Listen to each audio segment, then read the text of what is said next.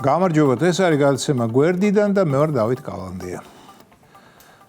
თინა ბოკუჩავამ გამოგვიცხადა, რომ ბიძინა ივანიშვილს რაღაც მომენტში მაინც მოუწევს პოლიტპატიმრების შეწყალება და ხელახალი არჩევნების დანიშვნა.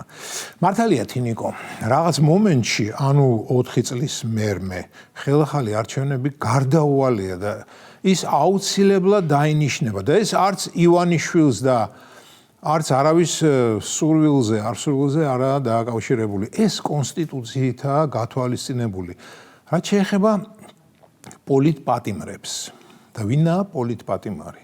სიტყვაზე მე რომ რაღაც აქციაზე ქვა ვესროლო პოლიციელს, ანდა შევეცადო პარლამენტის შენობის გადაწვა და რომ დამიჭირონ მე პოლიტპატიმარი ვიქნები? და განა მიშა სააკაშვილი პოლიტპატიმარია? მიშა სააკაშვილი არის სახელმწიფო დამნაშავე.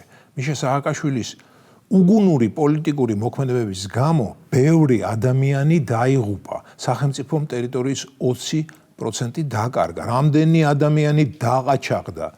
რამდენმა გაიფუჭა ჯანმრთელობა და შეერყა ფსიქიკა. სხვათა შორის ეს რიცხვი ჯერჯერობით არაა აღრიცხული და სააკაშვილს პოლიტპატიმრად მოიხსენიებენ. და რას ნიშნავს ცნება პოლიტპატიმარი? ეს თინიკომ იცის?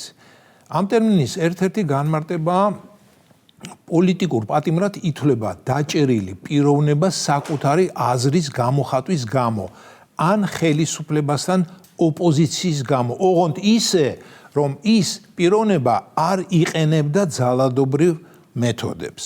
დიახ, არ იყენებდა ძალადობრივ მეთოდებს და როგორც კი ის ძალადობრივი მეთოდების გამოყენებას იწყებს, ის პოლიტიკური პატიმრის სტატუსით ვეღარ იქნება დაკავებული, ის იქნება დაკავებული კრიმინალის სტატუსით.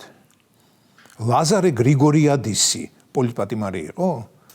ადამიანი, რომელმაც შეეცადა პოლიციელი ცოცხლად დაეწვა, პოლიტიკური მოსაზრების გამო დაიჭირეს? თანაც ყველამ უკვე კარგად ვიცით იმ გრიგორიადისის მენტალური შესაძლებლობები და ძალიან მეეჭვება, რომ მას რაიმე სახის პოლიტიკური მოსაზრება გააჩნდა. მეცაც ვიტყვი, ეჭვი მაქვს, რომ მას საერთოდ რაიმე სახის მოსაზრება არც ჰქონია. ტიპი მგონი ინსტინქტებით ცხოვრობს და მახსოვს, როდესაც ზურაბიშვილმა ის ტერორისტი შეიწყალა, ინგა გრიგოლია, ეს ჩვენი ჟურნალისტიკის სახე როგორ ატირდა სტუდიაში. დიახ, იმდენად გული შესტკიოდა გრიგორიადისზე, ამ უდანაშაულო ბავშვზე, რომელიც თურმე რეჟიმს ებრძოდა და რომელიც რეჟიმმა გაწირა. და როდესაც ჩვენმა სასახელო პრეზიდენტმა ის შეიწყალა, გრიგოლია ვეღარ მოერია გრძნობებს და სტუდიაში ატირდა. დიახ, გრიგოლია სტუდიაში ტიროდა, მე კი შინ დივანზე წამოკოტრიალებული ვუყურებდი გრიგოლიას და მეც ვქვითინებდი და ჩემთან ერთად სრულიად საქართველო ქვითინებდა. დიახ, გრიგორიადისის მამიკოც თვალცრემლიანი შეხვდებოდა თავის გმირ ბიჭუნას. მართალია წინასწარ ალბათ დანა ჩანგალი და სხვა ბასრის საგნები გადამალა, რა იცი რა ხდება. ისე კი სადაა გრიგორიადისი? სადაა ეს 21 საუკუნის გმირი პავლიკა მოროზოვი? რატომ არ იღებს მონაწილეობას ევროპაში გაღვიძებისთვის? მომაკლდა, ხომ იცით, თვალს. მოკლედ, თინიკო ბოკუჩავა ელოდება იმ მომენტს, როდესაც ხელახალი არჩევნები დაინიშნება. გასაგებია, რომ თინიკოს ხელახალი არჩევნების დანიშვნა ხვალვე უნდა. რატომაც თინიკოს გონია, რომ ხვალ არჩევნები რომ გაიმართოს, ის და მისი ნაცობა გაიმარჯვებს. რატომ გონია ასე? არ ვიცი. ეჭვი მაქვს, ხელახალი არჩევნები რომ ჩატარდეს, თინიკო და მისი რაზმი გაცილებით ნაკლებ ხმას დააგროვებს, მაგრამ არა ახლა არჩევნობანაც თამაშის დრო. ძალიან ბევრი საქმეა გასაკეთებელი. ვისი ლოზუნგი იყო საქმე ლაპარაკის ნაცების? დიახ, ნაცების ლოზუნგი იყო 2008 წლის არჩევნებზე. ჰქონდათ ეს ლოზუნგი საქმე ლაპარაკის ნაცვლად. საიდან გამახსენდა? ნაცების ადგილზე ერთ სიტყვას შევცვლიდი. საქმე კი არა, ტყვია ლაპარაკის ნაცვლად. დიახ, ტყვია ლაპარაკის ნაცვლად. ასეთი ლოზუნგი ძალიან მოუხდებოდა ნაცებს 2008 წელსაც და ყოველთვის რატომ თქვი და რა მათ აზროვნებაში რამე შეიცვალა?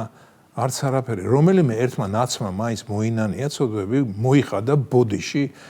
ერთ-ერთი გიგა ბოკერია, რომელმაც ერთხელ თქვა, რომ გადაცდომები ჰქონდაო, მაგრამ ბოდიში არც მას მოუხდია. არა მეგობრებო, ძნელია ამის აღიარება, მაგრამ საქართველოში ისეთი მონსტრი, ურჩხული, ქოროცხი პოლიტიკური ძალა შეიქმნა და უკვე 20 წელი ასპარეზიდან არ ჩამოდის, რომ ბნელ ინფერნალურ ძალებს შეშურდებათ. საიდან ამდენი სიბოროტე ამ სალიკლდეების ქვეყანაში ვერ ხვდები. თინიკოს კი გადაეცით 4 წლის მერე. ხმერთა ჩემო, თუ 4 წლის მერე ისევ თინიკო ბოგუჩავა მიიღებს მონაწილეობას არჩევნებში და მაინც სადაა გრიგორიადისი. ეს იყო გადაცემა გვერდიდან და მე ვარ დავით კალანდია.